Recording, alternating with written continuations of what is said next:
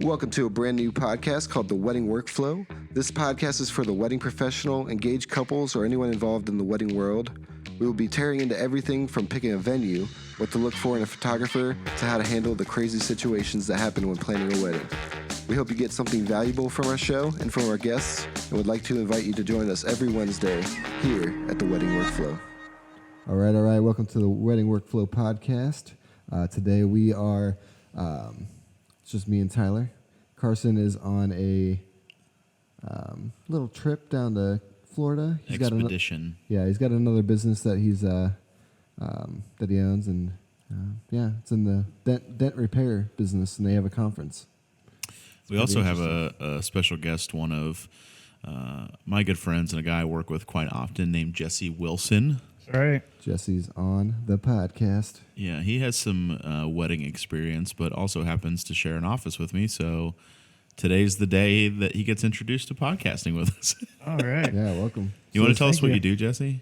I build websites and market people on the internet. Here we go. There you go. What was your experience with weddings? Mostly assisting for an assistant photographer. Okay. Yeah. But I've been married, so he's married. Done that. I've realized as you get older, you get invited to more and more weddings. I was always like, seeing all my friends go to weddings, and I'm like, I wonder when that's going to happen to me. And all of a sudden, I'm like, now. Yeah. How old were you when you got married? I don't know. Oh, Jesse, you're supposed to know this. 24, 25. Okay. If I had to guess. Nice. You know a little hack for the grooms out there. Get your wedding anniversary engraved on the inside of your ring. Oh, that's good. And then you'll never forget, hopefully. It's clever. Yep. I've got mine tattooed on my finger, but since I've got calluses, it's actually only 11/9, and then the 19 is gone. Oh, no. It's like just rubbed clean off. Oh, dude. Which kind of stinks, but I was told by my buddy, the tattoo artist, he was like, this is probably going to happen because you have calloused fingers. He's like, it's not going to last. Oh, man. So my wife, hers says 11/9/19, and mine just says 11/9 and part of a 1. So you're like, I know it was in the 2010s. Yes, it was in the 10s, yeah. Yeah. So hopefully it won't be that bad to figure out. No, I'll be all right, yeah. You can always get a retouch. Yeah, I will definitely go back and get it. He told us we could. Yeah. It's kind of like a thing you go in knowing. They tell you, you're like, if you're going to get your fingers tattooed, it's going to come off. Yeah, at some point. Yeah, like especially if it's on either on the inside of your finger or on like the knuckles. Yeah, your knuckle, but like even if you got them on the top of your hand almost, those are going to last, but your fingers get so much traffic. Yeah, that's true. You're touching so many things. I didn't realize it until now that like when I drive, my ring finger is the finger that I actually wrap around my steering wheel. Oh. It's not even my like hand. It's actually and I only noticed it because it's tattooed, and I was like trying not to touch it everywhere, but I noticed it driving that like I split the steering wheel with my ring finger and my middle finger. Yeah. If I'm just relaxing, just not driving around town. Yeah, so it's coming off quick. So that's a good hack though. Get it either tattooed or engraved that someplace. Way you never forget. Yep. So Jesse, tell us a little bit. Today we kind of wanted to go over a couple different topics. One was the timeline. So tell us what your wedding was like, and how did you guys come up with the timing of everything? What was that process? Oh, man, you ready for this? Yeah. This is like the fastest wedding. Everybody says they had the fastest wedding. Everyone says that. Yeah. Or like planning, right? Or whatever. Some people, okay. Engaged, 2 months later, married. Oh, wow. Yeah. 2 months of planning. I thought mine was quick. Yeah, right? Yeah. How many months was yours, Tyler? 3. 3? Okay. Oh, wow. Yeah. Okay, so I I think yours was quick. We were started dating and married in 7 months. Yeah. Wow. Wasn't wasted no time. I think it was 3 months. Yeah. No, it was July. We got married or engaged July 2nd. Yeah, 4 months. Oh, wow. Almost. It was 4 months. So we were dating for 3. That's what it was. Okay. Engaged for 4. That's cool. Yeah. That's quick. That's so fast. You know. Yeah. We were dating for probably 10 months. I think, Yeah. and then engaged for 2, so it was pretty quick. Yeah. Yeah. But yeah, it was like I don't know. You know when you know, right, Tyler? Right. It's true. Yeah. You're like, man. The first time I met her, I was like, man, I could marry this girl someday. The very first day we hung out. That's Yeah. awesome, dude. Yeah. Yeah. Now they got a cute little kid too. They Yeah. have a son. Yeah. 4 years later. Yeah. I think it's His 4 name's years. Otto. How cool is that? Otto. Otto. Like Otto Rocket. Yeah. That's Yeah. that's I forgot The about Rocket that. Power, dude. Yeah. I love that show. Me too. Dude, so timeline of the day, was it a shorter wedding, longer wedding? How'd you guys? It was weird. I was like cold feet in the morning. I'm like, man, I'm getting all this attention. I don't want this. Yeah. I was like, man, we should have just eloped. Yeah. You know, That's what everybody says the morning of your wedding. You're like, we could have just avoided all Yeah. this. Yeah. It's too late now. Oh man, see, I'm glad I'm not paid the for only everything one. too. Yeah. Yeah, no, I wake up and it's like, oh, I'm getting married today. Right. Yeah. And I just remember showing up and just waiting. As a groom, you know, I didn't. Yeah. The groom, I feel like, just hangs out. We didn't do until like a it's time. pre-reveal or anything like that. Yeah. We didn't do that. It was we got married on the hill behind her house. So she grew up on that okay. hill, playing on it as a kid. So it was really sentimental to her, and it was like perfect location, and everything just fell together like, you know, every wedding does. Right. Falls Yeah. together perfectly.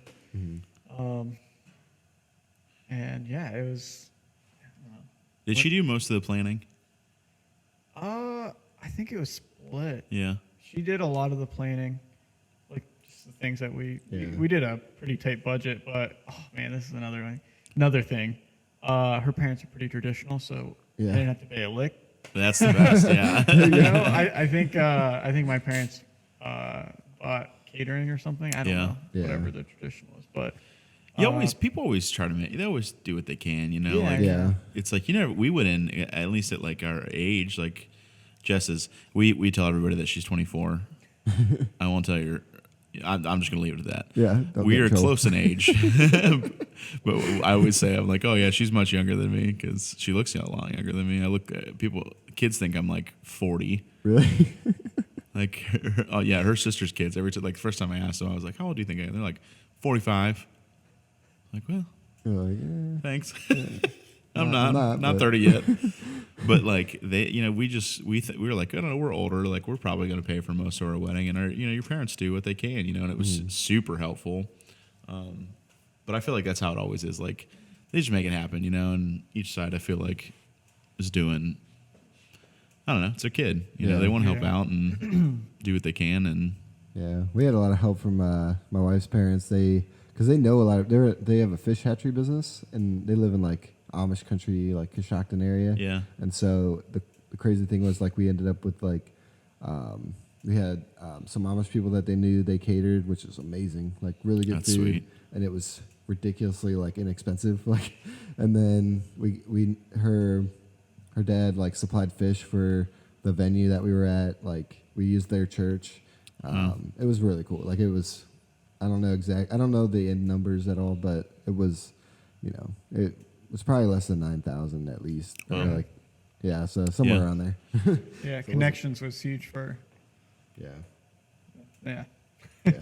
it really is about a lot about who you know for stuff. Yeah. Super Getting helpful. them Super deals. helpful. Yeah. If you can do a fast wedding, if you can make it happen, Oh yeah, because Yeah. if you just beat around the bush, you're going to spend way more money. absolutely. Yeah. How many people did you have at your wedding? It was small in regards to weddings, Yeah. but I think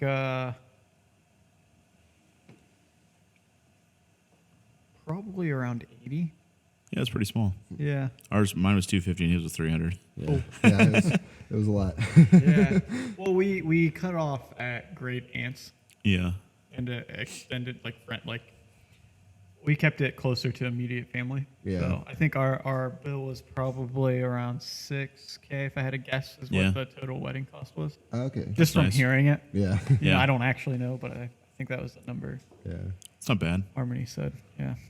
At the time, did you know people in like the wedding industry? Like, did you have people that you knew do photography and stuff? Yeah, Harmony had her friend do it, and she was great. I felt bad for her. She was like, we wanted everything taken, like photos of everything. Yeah. Yeah. And I felt like she was just getting pulled around, and she didn't get a chance to enjoy the wedding. Oh no. Yeah. So, Yeah. That being said, something super important to have for your vendors is a schedule. Oh yeah. yeah. Yeah, and that's like something I always end up taking upon myself. I do like a Google Doc for every wedding, and I do, even if they don't end up using it, I'll like have everything that they could possibly, because I need to make sure I get like all the cues for the music Right. and all that stuff kind of working, and it's very important to have like a timeline before, because even if things get crazy, like you can still adjust and like you Right. know what's going on, but Yeah. That- As a that's the- photographer. Go ahead. No, I was going to say, Oh. as a photographer or videographer, I more often than not, as a photographer, I will help with the schedule, especially earlier in the day, because people don't know. yeah. They're like, how much time should I budget for this? How much time should I budget for this? You know, that kind of thing. As a videographer, I never do it Yeah. because I feel like videography is so often a second thought. So they've already got everything done most Yeah. of the time, and they just emailed me the schedule. Yeah, I feel like with videography, it's usually somebody at like up to the wedding. They're like, "Hey, do you have someone doing video?" And they're like, "No," and you're like, "You're gonna want that." Yeah, Like, yeah. That's something that you're gonna want to have, even if it's just like something simple. Like that's something that you want to have, Right. And so, Yeah, I agree. It's definitely growing. The business, the video business, is definitely growing right now, and I feel like it's just everywhere. Like, Yeah. and everyone's trying to do it too. That's the thing. Everyone's trying to hop on the wagon. I'm not going to call it a bandwagon, but it's like everyone's trying to learn how to do it because yeah, it's popular right now. And video, like just in general, has become more like of a thing. Like everybody needs to get into video somehow, and like that's Right. how we share things now. And like it's not just about the pictures anymore. It's like the entire. You kind of need both. Yeah, and especially in like Jesse and I's world, like when we do like media coverage for people or like their social media, and like that's, I think I heard a statistic. There's like 80% of what you see on a daily basis on your phone, on your TV. video. You know what is video? Yeah. So anymore, like that's like really blown up, and I feel like if you're getting left behind. We talked about that in a meeting yesterday. That with one of the guys we work with, Rick, he was like, these businesses want to spend the money because they realize they're already too late. Yeah. Like they're like, they are finally caught up with Facebook. Yeah. They're probably doing it poorly, and now they're realizing that it's all video now too. So they need videos for stuff because no one's, I don't know, taking the time to read stuff or do look at Yeah. photos. Like if you post a photo, you have to put text under it. Yeah. But if there's a video, you can just listen, you know. How often do you put go to someplace subtitles and I don't want yeah. to read the, like, even if I'm on Google search something like how to do this, if there's a video option, I'm not going to read the directions on something else. I'm going to Yeah. click on the video and then scroll through Absolutely. it. Yeah. Like even setting up the podcast for today. We were watching videos. We're just like trying to figure it out. Yeah. Yeah. This is our first day as a portable podcast, so Yeah. it's been interesting. Figuring things out one thing at a time. Yeah. But yeah, I think that's kind of where things are going is the video, and especially like the. Have you guys thought of, or like you doing it for commercial like companies? Have you thought of doing like more portrait style videos for like Instagram stories? And Yeah. stuff? So I have a couple clients who have requested those type things.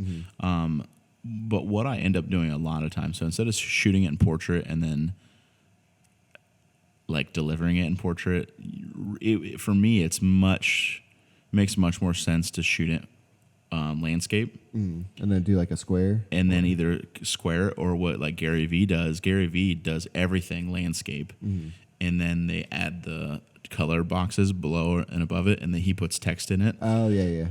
So either captions or his logo or something like that, and that is like way better quality. I feel like because Yeah. you're not cropping the image and you're not doing all these different things. They're just like basically making a different ratio. Yeah.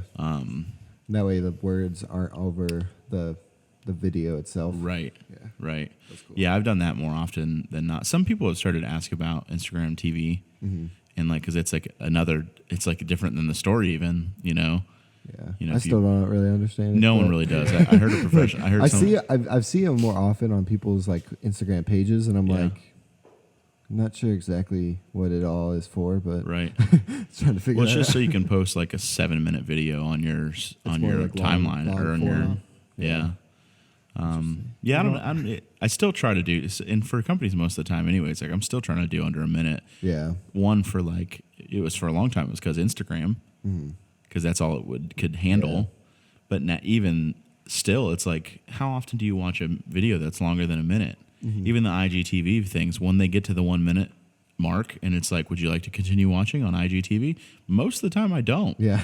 You're like, no. Yeah, I'm like, I'm good. It's a mystery to me. Yeah, So I'm not yeah. going to go there. Yeah, rarely do I click on it. I'm like, yeah, let's see what the rest What of if this I video can't is get like. back to my normal feed? Right, yeah. What happens if it refreshes when I come back? You know, because I spent 10 minutes watching one video, then I'm lost. I got to start over. Yeah. One guy that I like, his name's Jesse Driftwood. Have you ever seen him? Yeah. Yeah, he does really cool stuff because, like, when Instagram Stories started, he would use his like DSLR, but he would shoot it in portrait mode, Yeah. and then he'd edit it like that, and like his transitions were really smooth, and it looked really cool because you can like it's the whole page when you see like his Instagram Stories. So I've been wanting to play around with that and just try to learn how to do that, but he's like, it's funny because he has a video where he talks about how he doesn't even like shooting in portrait mode. He's like, it's just you like cut out so much of what's going on. Right. But Yeah. You're he's only like, getting a that's- person half the time. You know, it's Yeah. just a very slim. He did area. He did a project for Stoke, the coffee company. Oh, yeah. And it was really cool the way they did it like that, like the portrait style. Like he was able to do it really in a really interesting way. And That's cool. Yeah, it's kind of cool. Yeah, I haven't got to the point yet where weddings they have started asking for things like that yet. You know, most of the time people don't really. I don't think they know enough about it to say, "Hey, can you make it look like this?" or "Hey, can you make it so I can post it on my story?" Maybe the next one you do like just a few like B-roll or something in portrait mode, and then make like a little video, put it up, and see if anybody reacts to it. That'd be cool. Yeah. See how it goes. Also, I wanted to kind of talk about the importance of story in videography and even photography too. But I feel like the wedding video, like the thing that carries it is the story. Right. And so, like, what have you guys? I mean, have you done photography or videography for Nope. weddings? Okay. No video. Yeah. I'm trying to get him there. I told him if he gets his drone license, I'll. Maybe That would we'll be- see. Maybe That'd be I don't know. awesome. Got to take the time to study it. You know? Yeah, it's a lot. Yeah. Yeah. One thing I've noticed, I guess, and like, well, let's call it, let's separate the types of videos. So there's story type videos, and then there's documentary type videos. Because good friend of mine, Tim, was talking about this too. Is that he's moved into his contract says I think it's documentary style photography or videography, because it doesn't guarantee. You know, you're just shooting the day. You know, you're not like, I don't know how to put it. Like, it's not a posed video the whole day. Yeah. It's a documentation of the day. So he's not missing anything. You know what I mean? Like, but when you call it something else, it's like the expectations are different. Not necessarily better or worse, but I think they're just different. But the story videos are huge right now. I feel like people are doing story videos in 3 minutes. You can do a wedding video. Oh, yeah. And as long as the story flows, it's really great and really awesome. And then there's like, when I got into it, people were still doing like 10 to 15 minute long. Oh, wow. highlight videos, but it was like basically just footage from the day. Like it didn't really flow crazy good. It wasn't like, it was nice, you know, but it wasn't as engaging as watching like a story video. In my business, I've kind of done the middle. Yeah. Because I want to be diverse enough that like anybody can come to me, and if they want to request something different, like they can. But most of my videos are 4 to 7 minutes long. Yeah. And there's some audio in there of them either reading or doing something like that. But for the most part, it's kind of a documentation of the day. Like it's not necessarily like a story, but more of a documentation of what was actually happening. I've really looked into the story. It's funny you brought that up because I've really looked into the story videos a lot. because they're super popular and people pay so much money for them because you get to watch a 3-minute movie about yourself. Yeah. Like who wouldn't, you know? But those clients that are doing those are anywhere from $4,000 to $10,000 for a 4-minute video. And it's like, it's just crazy, you know, but they're also there for 2 days. Usually they're there the day before getting footage and maybe doing interviews with the bride and groom. And then they're there all day for the wedding. And yeah, it's definitely a different style. And I guess it's kind of what you want or what, you know, you're looking for. Yeah, I don't know. I didn't mean to hijack that conversation. Oh, no, that was good. Just something I have as a videographer, full-time videographer. I think about that a lot. Is maybe I should transition into doing more story type videos, or I don't know. I like to do both. I like to mix them. You know, where it's definitely their story, but sometimes people don't even want to speak on video. Oh yeah, they're like, just film me getting married and that's it. Yeah, like they don't. So it's like, you know, if I move into a more storytelling type videos, does that exile the people that don't want to be interviewed for 2 hours before the wedding, you know? Yeah. Yeah, I don't know. We could also talk about what to look for in a wedding vendor. Some like some questions to ask, like if you're out searching, if you're looking for like a photographer, videographer, DJ. Since we cover that gambit, we can maybe get some insights into that. Yeah. Do you want to? Is there anything you want to say? I think for me, like one of my favorite things about especially like initial meetings is being able to connect them on like a personal level and try to understand where they're coming from, and like I always try to get their backstory, where they, you know, how they met, what led them to this point, and because a lot of times like you can go in with kind of this like, oh, I've done one, and so I know how all of them go, but each wedding is totally different. And so the questions I ask, they kind of gear towards like, I really try to focus on like what they value, like what they're looking for in their wedding day, and what type of, you know, their family dynamics, and especially when it comes to dancing. Yeah. And so I think we talked about that on the first podcast. Like that's huge. Like knowing like who's coming, what are the expectations, that kind of stuff. Yeah. It's definitely important to have, like, I don't go in with a list of things. I kind of do have mental notes of things that I'm going to ask a couple. And I always do like a FaceTime meeting with them, unless they like, I don't know. It's rare that I do not meet with a couple unless they're like out of town or something like that. I try to meet with them beforehand. It's sometimes hard to meet with two other adults and crazy busy schedules and stuff. Yeah, so we'll either talk, text a ton, you know, email back and forth about details, or FaceTime. But I go in with like kind of some mental notes of things to ask them. What's important to you, like you said, what's basically what you value and what you want out of it. Because if I go in not knowing, they're not going to remember that day. Oh, yeah. They're not going to remember say, hey, by the way, can you make sure you get this on footage? Or, hey, can you make sure you get a picture of this? One thing I have learned to, I don't know if I brought this up before, one thing I have learned to ask beforehand, and it's super awkward, but it's important, is I say, hey, what's your family look like? Especially if I'm doing photos. Videos, it kind of doesn't matter, but photos, it's like, are your parents divorced? Are they together? Oh, yeah. The family dynamics, there's like like I did one wedding where they never told me that their one of the parents passed away. Oh yeah. And I like on the day of, like I caught myself, luckily, but there were times like, you know, especially with the father-daughter dance and the mother-son dance, like if I don't ask about that, like and sometimes it's an awkward thing to initially ask them, like, hey, are your parents still alive or something, like, I don't ask it like that, but like, you know, I try to get, you know, like what, you know, some, like I have a wedding that I'm doing in a couple of months where it's like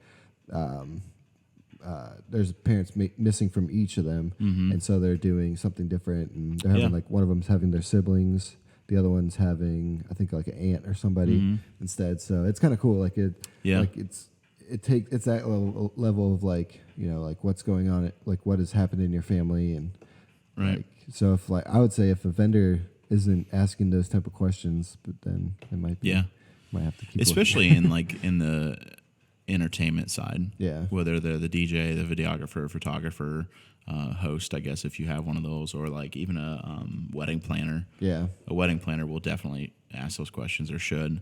I had a scenario once where the mom and dad of the groom had split up, and then mom had been remarried twice, I believe. Is what I gathered. I guess I never actually got a definition of what was happening. Yeah. Other than I know that he had stepbrothers that he wanted photos of, and that was on the list. We want pictures with my stepbrothers. But she wasn't still married to his stepbrother's dad. Oh, okay. Yeah. And at one point in time, we were like, "Hey, can you want to come get in the picture with them?" And she she just shook her head no, and no one said anything. And I was like, "It says dad, stepbrothers," and like I was like, You don't want to be in this photo?" Like, it was super weird. You were like, and then wait a minute. she got kind of upset about it, and like the groom was like, "Mom, calm down." And then what I realized afterwards is because after that picture, there was a picture of the bride and groom, his mom, and her either husband or someone she was with was after that, and I was like, "Oh, those are not her kids, but they're his stepbrothers." Yeah. You know, like they must have grown up together, so they wanted pictures together because they were brothers, you know, like they knew each other as brothers. Yeah. Even though their parents weren't still married. Yeah. And it was man. But so from that point on, I was like, I ask beforehand every time, is there anything you need to tell me that like, and I usually tell that story because like I've had that happen. Yeah. And it's not weird if we know about it ahead of time, and I'm just make a mental note of it and write it in my notes. Yeah. I'd rather get that out of the way at like a coffee shop than the day of. Right. Right. On the spot when like, and there was like 40 people waiting, and like it was just like not the time to be like, ma'am, you're next. Like, you need to go up. Yeah. And she was upset, so she didn't say anything. She was just shaking her head no. Yeah, it was really awkward. Yeah, I actually skipped the mother-son dance because my dad's remarried, and and I've known my stepmom my entire life, but then also my mom. Mm-hmm. So I just didn't want that awkwardness there, so I just skipped it. Yeah. Yeah. But yeah, like that kind of stuff, like there's always that when it's, stuff with your family, like it is very emotional. Yeah. So yeah, definitely. Yeah, that's one thing. Even just making that video beforehand, I got like super choked up making it because I knew like going in, I was like, this is like, it was recent. It had only been like a couple years, I think, since he passed. Yeah.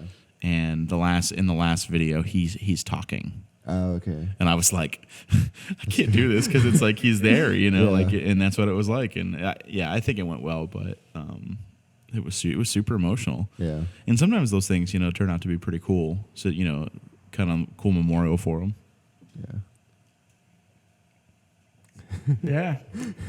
I've seen two where they did both. I've seen where they did two first dances with their mom or mom and stepmom or dad and stepdad before. That was one thing. If I was to critique our wedding, we didn't have like, I don't know what the position is or what the name is, but somebody coordinating, managing the herd. Yeah. Essentially, right? Yeah. And, like, okay, we walked down the aisle, but nobody. Right. We had a friend, thankfully, who she contacted us and said, "Hey, I really like doing this for friends. Would you like me to help coordinate your wedding?" And we said, "Absolutely." And we got coffee with her beforehand, and she kind of helped like lay out the day. Mm-hmm. And then that day, everyone that had questions, we just pointed to her. That's awesome. For the most part. People still interrupted Jess while she was getting ready, and we're like, "Hey, is this table for us back out?" I'm like, "No.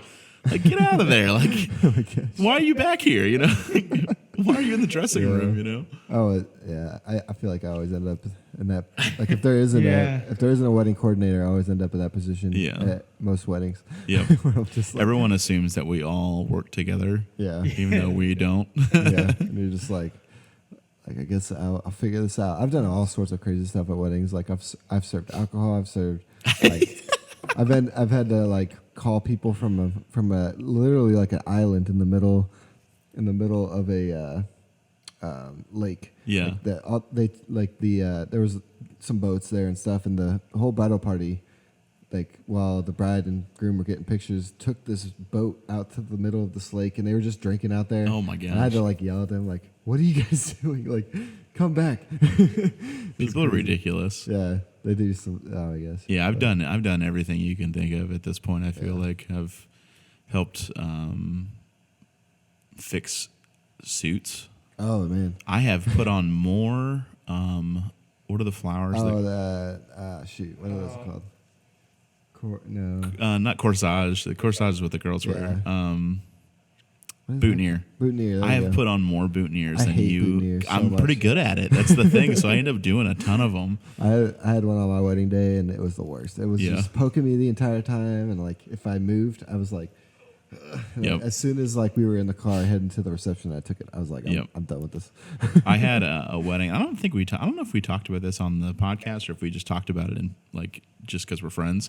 But I had a wedding where I had to go buy beer for them. Oh yeah, you did tell me about that. I don't think it was on the podcast. I like joked about it with them that if I was like, if you need anything, just let me know, like a beer run or whatever. I just left it at that, and then like 2 hours later, the bride came out and was like, Tyler, I need you to go buy beer. We're gonna run out. And it was like, first of all, good for them. It was like 7:00, and they were already running out of the beer, wow. which was insane.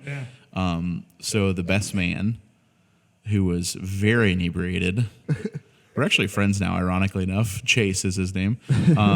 He came out and gathered money from the groomsmen, basically, and we went to the nearest gas station. I drove him there, and we bought, I think, $300 worth of beer out of the fridge. Like there wasn't even a beer cooler. It was like when you go to the gas station and you open the door and it like the beer slides down. Yeah. That's all they had. So we literally emptied out an entire door Oh my gosh.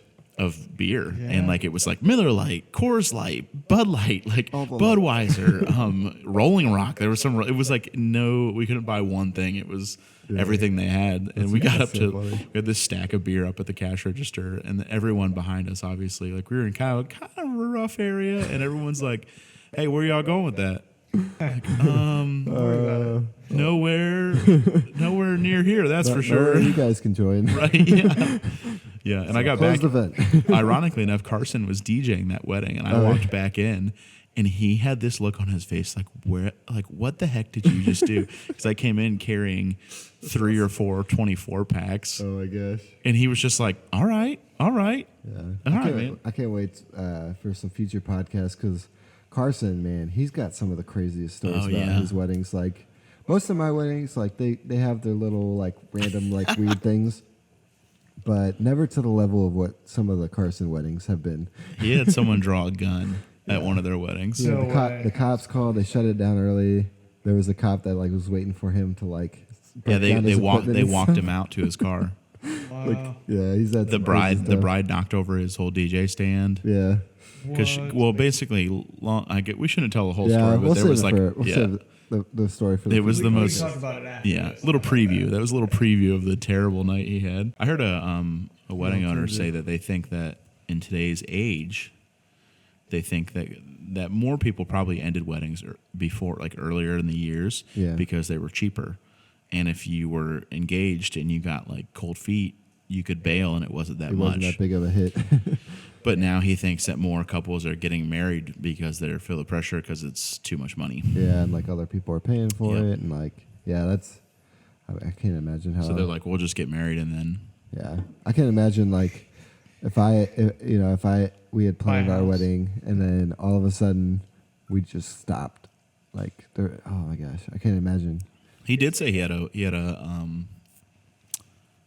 bride and groom who had planned most of their wedding and then got to the point where they started having to pay in full, like the rest of what they owed on the wedding. So you put down like 50% deposit most of the time. Yeah. And then he said when they got to the mark where it was like, oh, it's time to pay everything, they didn't have enough money to pay for the rest of it, so they decided just to elope. Oh my god. They canceled, they just Yeah. canceled all the stuff that they had put deposits on. Which at that point, you're still paying a ton of money. Yeah. But they were like, well, we don't want to pay the other half, so we might as well just elope. Yeah. I was like, man, what a time to figure out that you want to elope is after you've already paid all the deposits for everything. Oh man. Yeah, I feel like every couple on the day of or the day before, we were like, we could just elope. We Yep. don't have to do this. Yep. We just get out of here. Yep. It's But, crazy, man. Yeah. The rehearsal dinner was the craziest part for us Yeah. because it's That just. cheese tower, man. Oh yeah, Where it was. Jesse. He said the cheese tower. We had a meat and cheese charcuterie board Oh, nice. that my father-in-law made, and he also built the table. Oh, nice. That's sweet. All the No wood. way. Yeah, it was like wow. live edge wood. Yeah. Your charcuterie boards are the best. Oh man, I They got just some of look it. So cool. It looked amazing. That was the thing. Yeah. Yeah, he worked so hard on it. And I believe was it him that cut his hand? I think he did. He cut his hand like chopping stuff that day. Oh my gosh. Yeah, that was one of those things we didn't hear about until later. Like, Yeah. Dang. yeah. Well, Jesse, since you're on the podcast, I usually like to ask them if you would give a couple that's listening one piece of advice, what would you give them? What kind of advice would you give? Only once. That's all you need. Only once. You'll Only probably hear once. this multiple times, but you got one shot and make it work. Yep. One It's good. and done. Yep. Absolutely. All right. Well, guess we'll wind this podcast down. Yeah. All right. Well, podcast number 3. Yep. Thanks you for joining the Wedding Workflow podcast. Join us next week. We will be interviewing Alyssa and Ashley. They are 2 sisters. They've been getting into the makeup world, and they've been doing some pretty interesting stuff. So join us next week on the Wedding Workflow podcast. Thank you for joining us here at the Wedding Workflow podcast. Follow us on social media, Facebook, Instagram, and YouTube. We are the Wedding Workflow podcast. And on Twitter, we are at WedWorkflowPod. Also, feel free to DM us or send us an email at theweddingworkflow@gmail.com if you have any questions or topics that you would like us to cover on the podcast. We are on iTunes as well, so head on over there, give us a 5-star rating and review, and we would really appreciate that. So thanks for joining us, and we'll see you next week. Thanks.